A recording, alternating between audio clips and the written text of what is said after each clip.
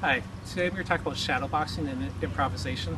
Shadowboxing is basically anytime you're doing techniques without a training partner or training equipment. So you're kind of just moving through your techniques. Now this can be done with traditional forms or whatever combinations you know from the system that you've studied. But to get the most benefit from it, you probably want to get to improvisation also. With doing the traditional actions, it's good for beginners because you get a set where each technique moves fluidly to the next technique and it makes sense. As you get more advanced though, you want to make up your own combinations because a real fight isn't preset like that. There's always going to be so many possibilities of things that can change on it that you need to be able to think through those possibilities and be able to react in your own flows and not following a preset pattern. It's kind of like if you're learning a new language. It's okay to memorize some sentences, something like where is the restroom or how much is something, but you can't really carry on a conversation with preset things like that. So if I have a preset series of techniques, I need to be able to flow into other possibilities. The best way to start off is just do something very simple. Take your fundamental techniques, and these are just the ones you use the most often and the simple single actions. So if you're a boxer, maybe it's just a jab, a front hand punch. But if you're in another style like Aikido or something, which does more self-defense, more using the energy of your opponent, and isn't probably attacking, but counter-attacking, then jab wouldn't be a fundamental technique for them. What is true for almost every style is footwork. Might look different on different styles, but every style has to have good footwork. So you can isolate and just work the footwork is one option. Take your individual techniques. Let's say it is a strike coming from here. Figure out how you're going to generate power from it. There's different ways to do it. In this case, I'm driving off the ground, turning the hips, extending the fist, and making the fist at the end. Now it doesn't matter whether this is a palm strike, any other type of thing. It's basically a right hand strike. It doesn't matter. You can put your own stylistic variations on it. So you first get down, go at slow speed, and really perfect your efficiency of the motion and the power generation. From there, then you're going to work a group of techniques. Get down those single techniques first, then start combining them together. James, so for instance, if I throw this technique, maybe he's going to block that, maybe he doesn't. Again, there's lots of options. So let's say I actually hit him with that first one. Then maybe I'm going to follow up right with another attack. So I can think, okay, I could throw it, punch with the other side. I could throw, if I step in, an elbow strike. I could step in and throw an elbow strike at a different one. I could throw a low punch. I could throw a hook. Any number of strikes from this side. Now, I could throw one right away from this other side too, but the risk, you have to be careful efficiency-wise, that if I pull all the way back and throw, that's not really a very efficient action. So if I am going to throw with the same hand, it's going to be more efficient to do this one while I pull back this hand, or to roll this directly into another strike. That might happen when, for example, if I throw this strike and he does some sort of blocking action, then I might roll it directly into a strike, or roll it into a different angle. Depending on where he pushes or comes at me, my strike can go different directions.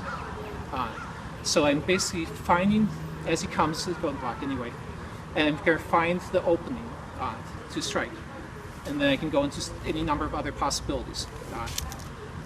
Now, this is where it branches out into many, almost infinite combinations, because, yeah, maybe I did this, but then maybe I missed that. He leans back or ducks or blocks, any number of possibilities.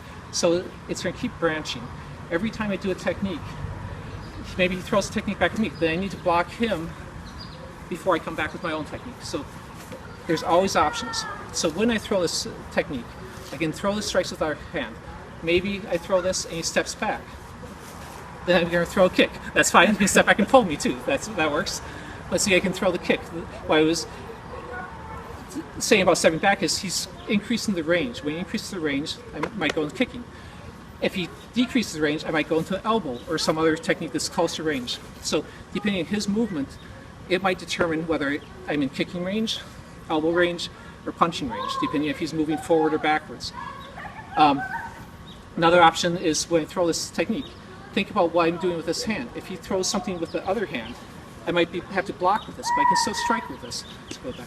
So for instance, if I throw this, I might be throwing this other strike, but I might be at the same time blocking any number of different ways with the hand that was already there. I might be pulling to clear an angle. Maybe he comes out here, so you just stay there. I might pull this to clear my next strike. So instead of just thinking punch, punch, it's punch, pull, and punch. Or I might come here and I might pin and punch. So from this basic action, I can roll it into pulls, pushes, any number of combinations on it. So as you go through these possibilities, again, first you might do the ones that you've been taught in your style or ones you learn off other videos and such, but eventually I want you to kind of think outside the box and think about what's possible. If I throw this single technique, what can I do? I can throw lots of other strikes. I can change the direction of the strikes. I can put blocks combined with them. I can go into joint locks. When you do shadowboxing, you have to be careful though. Especially joint locks and throws and things like that, they're more complex. You might have action like this, which becomes a lock here. But in the air, if you're not really used to doing it with a partner, it's kind of hard to be accurate on where your hands need to move and to really visualize what's happening in that joint lock. So, especially as a beginner intermediate person, you really need to work with a partner some too. Work out your techniques. Figure out where these locks then become so that you can do it accurately in the air. If you can't do it accurately in the air, you probably shouldn't work into your shadowboxing at that point. But in the long run, you really want to work everything into your shadowboxing, not just your basic boxing, jab, cross type action. So you can flow with anything that is in your arsenal. Now, I'm just going to do a little bit of shadowboxing to kind of illustrate. You can also do the shadowboxing with two mindsets. At first, you want to probably visualize where your opponent is, because then I can think of those options. I can think, okay, I'm throwing this and then I need to block. So I can think about what my options are. Eventually though, in real fights, you don't really want to be thinking too much when you're fighting.